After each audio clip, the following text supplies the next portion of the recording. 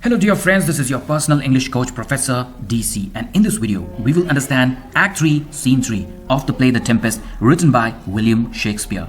If in case you have not understood the earlier acts and their subsequent scenes, I would request you and insist you to understand them first and only then come back to this video. Alright, now let's get started with Act 3 Scene 3. Now this is a play, this is a drama, and so every scene unfolds at a particular place and has a particular set of characters. Where does this scene unfold? As written on my screen, the events unfold in another part of the island, the same island on which Prospero and Miranda had been living in exile from years. And who are the characters involved in this play? Alonso, the king of Naples, his brother Sebastian, Antonio, brother of Prospero, who was actually the rightful Duke of Milan, Gonzalo, trusted counselor, trusted advisor, Adrian, Francisco, they are the lords in Alonso's suite, or we can say they are along with Alonso, teammates we can say. Now to understand this scene, you have to go back to Act 2, Scene 1. In that scene, Antonio, brother of Prospero, who had thrown him out and his daughter out mercilessly from Milan, convinces somehow Antonio convinces Sebastian to kill Alonso. In that scene, we had understood how Antonio brainwashes Sebastian that if he kills Alonso, he can be the new king of Naples. Sebastian gets convinced and makes a deal with Antonio. He says, I'm gonna kill Alonso. In the meantime, or we can say at the same time, you kill Gonzalo. And we had seen how the spirit, the servant of Prospero, Ariel, starts playing music which makes everyone fall asleep. Sebastian and Antonio try to execute their plan, and at the same time, at the same instant, Prospero's very faithful servant spirit, Ariel, starts yelling in Gonzalo's ears, which wakes him up. Gonzalo in turn wakes Alonso. Alonso becomes doubtful, becomes skeptical, but then Sebastian and Antonio start playing safe by telling them that because they heard some scary and loud noises, they had pulled their swords out just to protect the king and Gonzalo. After this, they decide to leave the spot and continue their search for Ferdinand by walking further. Now let's continue with what this scene has to offer. It starts with Gonzalo. Now friends, we know Gonzalo is old, which may be the reason why he is a wise counselor. And because he is old, he cannot walk too much. And you can imagine an island where everybody is walking and looking around for the king's son Ferdinand. Now the other lords are young and dynamic. They're walking faster. But Gonzalo is unable to keep up the pace with them. So he stopped. He rubbed the muscles below his knee and said, By Our Lady, sir, I can not walk anymore. I can go no further, sir. I am old and my bones are aching. Here is a maze, here is a puzzle that we have walked. There are so many twisted paths and so many straight ones. By your permission, with your permission, I request you to allow me to rest. Alonso responded. Now Alonso was also in a similar condition. He was not only tired physically but also tired mentally, thinking about the death of his son. So he told Gonzalo, "Oh the Lord, trusted counselor, I cannot blame you. I am tired myself. I am not only exhausted but sad and depressed as well. I am losing hope, I am losing faith, and my spirit is getting dull. Gonzalo, please sit down and take some rest. We have walked enough and more. I'm gonna give up hope of believing that Ferdinand was alive, is alive. I'm going to abandon every hope. Right now, I cannot pretend anymore. I cannot flatter anymore. The one we are rigorously looking for, the one we are rigorously searching for, is drowned for sure. Even the sea is mocking us when we are looking for him on this island. Well, let him go. I have to accept the bitter reality that my son is dead. Now, in this scenario, in this situation, who are the villains? Antonio and Sebastian. So Antonio tells Sebastian in such a way that only Sebastian can hear. Antonio says, Sebastian, I'm happy that he's losing hope. Just because we failed for the first time, do not forget our mission. Do not give up on your intentions. Stay determined. They both watched as the king took his old courtier's arm and also observed how he helped him lower himself onto the land. Sebastian responds in such a way that only Antonio can hear. We will wait for the next opportunity, and we are going to take full benefit of the next chance we get. Antonio responded to Sebastian, let's do it tonight. For now, they are exhausted with travel. They cannot be vigilant. They cannot be watchful because they are so tired. They will not and cannot be as watchful as when they are fresh. Sebastian quickly nodded and told Antonio, I agree with you. Tonight, shh, speak no more. Now Alonso was about to speak something, but before he started speaking, a strange and solemn music starts playing, and it filled the air around all the lords and the king. Through his magical powers, Prospero stood right on top of them, surrounded by all the spirits, invisible, and he watched all the lords and the king, who were visitors to the island. They could obviously not see Prospero because he was invisible. Friends, we all are aware, you and I are aware that this is happening exactly as per Prospero's plan. Now, there are more and more spirits appearing and they carried few things with them. Alonso questions. After listening to the music, he says, what harmony is this? What is this music? My good friends, can you hear it? Gonzalo responds, this is such a good music, such a sweet tune, marvelous sweet music. So as I said, several strange shapes, which are nothing but Prospero's spirit servants, they arranged a banquet. Now what is a banquet? It is an elaborated and formal meal for the people. So few spirits started setting up the table, and the others, they covered the table with food and drink. It was a lavish banquet. The spirits started dancing about it, and as it is written here, with gentle actions of salutation. Friends, what is a salutation? It is a gesture or utterance made as greeting or acknowledgement of another's arrival or departure. So all the spirits made some welcoming gestures as if they were gently inviting the royal king and the lords to eat. The music continued. Alonso, observing everything that unfolds, says, looks like the heavens sent us good guardians, good keepers. What were these creatures? Sebastian replied, it looks to me as if a live puppet show. He said it with a lot of surprise. People told me that unicorns exist. I never believed them, but I think now I will. Now friends, what is a unicorn? A unicorn is a mythical animal typically represented as a horse with a single straight horn projecting from its forehead. You must have seen a unicorn in cartoons and movies, etc. And people had also told Sebastian a lot of strange different things which were hard to believe. So Sebastian is trying to recall all of those and now is saying that he will start believing in all those things after he had seen the spirits.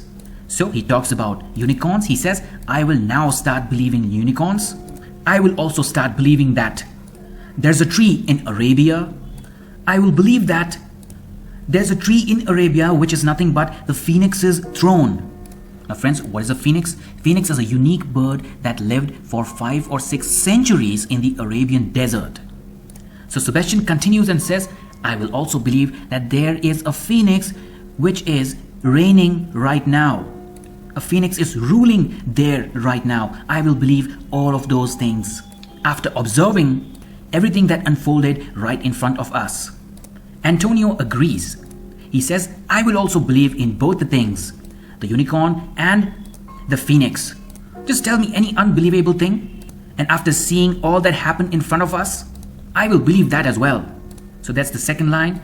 And the final lines, he says, just bring any unbelievable thing to me and I will swear that it was true. Antonio says, those who travel, they never lie. And those who never travel, people who sit at home, who have seen nothing, only those condemn them as liars. Gonzalo speaks up and says, if in case we go back to Naples and if I tell people everything that happened right now in front of us, do you guys think they would believe me? If I tell them that I saw such islanders, would they believe me?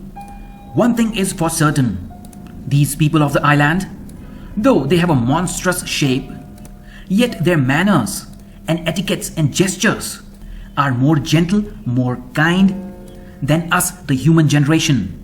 They are kinder than many of ours. No, I should say almost all of ours. Prospero is invisible and watching all of them and hearing all of them, and he thinks, dear trusted counselor Gonzalo, honest Lord, you spoke very well, because some of the people who are present with you are worse than devils. Now friends, a question for you. Why is Prospero praising Gonzalo?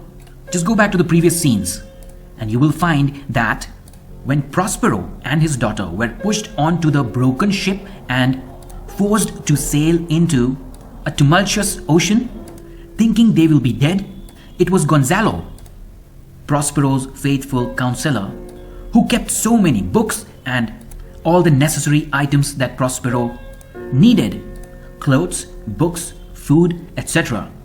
And it is only because of trusted servant Gonzalo that Prospero and Miranda were able to reach the island.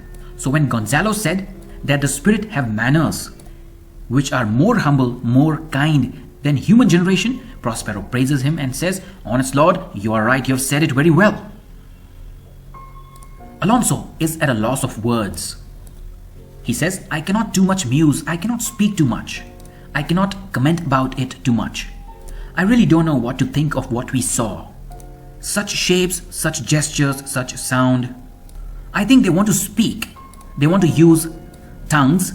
Although they didn't speak anything, all I can say is they conveyed everything through a silent language, a dumb discourse.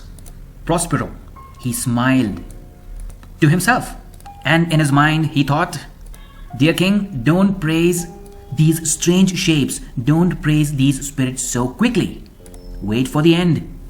And all of a sudden, the spirits vanished. Francisco immediately commented, what? They vanished strangely. Sebastian said, he said, no matter, since they have left their viands behind, it doesn't matter if they vanished. Just look, they left so much food for us. And we are definitely hungry. Will it please you to taste of what is here? Alonso denied and said, I'm not going to taste any of this. Gonzalo replied, faith, sir, you need not fear. Don't be afraid of tasting the food. Have some faith. When we were boys, who would have believed that they were mountain men who had throats hanging down in flesh, purses like bulls? Or that there were men whose heads grew out of their chests? Now all of these things which now we find that 1 out of 5 travelers is assuring us of its truth. 1 out of 5 traveler is conveying that all of these things were true. After Gonzalo's convincing, Alonso gave it a thought and he said, all right, I will stand to and feed. I will take a chance. I will take a risk. Then he looked at the lavish looking food placed on a wonderful table, the pies and the puddings and lot of fruits, the juices and the wines and the sparkling fresh water. Alonso said, even if something happens to me after I have eaten this food, it's fine, because I feel my life is over after the loss of my son. My life is over anyway, so I will take a chance and eat this food. Brothers, lords, gentlemen, let's risk it as we do. Now all of them, the lords and the king, they approached the table. They all reached towards the table, towards the food, but they all were obstructed by Prospero's faithful servant spirit, Ariel, who was disguised as a harpy. Friends, what is a harpy? Harpy is a scary monster described as having a woman's head and body and bird's wings and claws. Sometimes it is also depicted as a bird of prey with a woman's face. So you can imagine a scary looking monster having wings and a woman's face. It's called a harpy. So you can imagine a nice and lavish banquet and the lords and the king approaching that banquet and being obstructed by a scary monster with huge wings. The wings are so huge that when Ariel, disguised as Harpy, clapped its wings over the table, the banquet, the lavish food, it disappeared in thin air. This was all accompanied by sudden flash of lightning coming right from the heavens and with a huge noise which was earth-shattering. The noise deafened all of them for a second. Not only that, the creature prevented any of the lords or the king to come any closer. Now there was nothing on the table, and after this, Harpy rose a little bit and hung in the air above the table and started staring at the interlopers. What is an interloper? Someone who intrudes on the property of another without permission. So this scary looking creature with big pointed teeth and big wings, it rose in the air and started staring at the lords and the king. Harpy certainly looked fierce and frightening and pointed at the king and his companions. And now Ariel, disguised as Harpy, speaks up. You are three men of sin. You are three sinful men whom destiny brought you here. Destiny, who rules the world, has brought you here. Destiny had never made the sea so full. Now the same sea became active and threw you here on an island where no man is living, where nobody can live. On this island, you are unfit to be alive. With my powers, I have made you go mad. I have made you crazy. And with the craziness and madness that you have right now, people finally hang and drown themselves. Hearing this, all the lords and the king, they pull out their swords and start challenging and charging at the monster, the Harpy. Ariel, as Harpy, started laughing loudly. Ha ha ha, you fools! I and my spirits are controllers and friends of the fate. We are the same elements from which your swords are made. Rather than trying to kill me, why don't you try and hurt the winds, which are loud and noisy? Try to kill the sea with your fruitless stabs, which are enclosed by the swirling water. Why don't you try to injure one feather in my body? You just can't, and you will be unsuccessful. My fellow ministers, all the spirits here are invulnerable. They are not scared of you. It is impossible to damage or harm us. Even if you could hurt us, your swords are too heavy, too massy for your strengths. Just try. You won't even be able to uplift it. Gradually, the swords began to sink until their pointed ends touched the ground. Within an instant, they opened their arms and the swords, it fell down. They fell down all together. The owner of the swords were not able to move their eyes from the creature. Their eyes were fixed on it, staring at the creature that hung above them. Then Harpy came to the point. You know why I'm here? You know why I have come to you? Remember, I'm here because the three of you expelled the good Prospero, pushed him away from Milan, and made his daughter defenseless by exposing her to the sea. And all of your bad deeds are coming back to you now. Your foul deeds. The powers have incensed the seas and the shores, have provoked the seas and the shores, and all the creatures against you.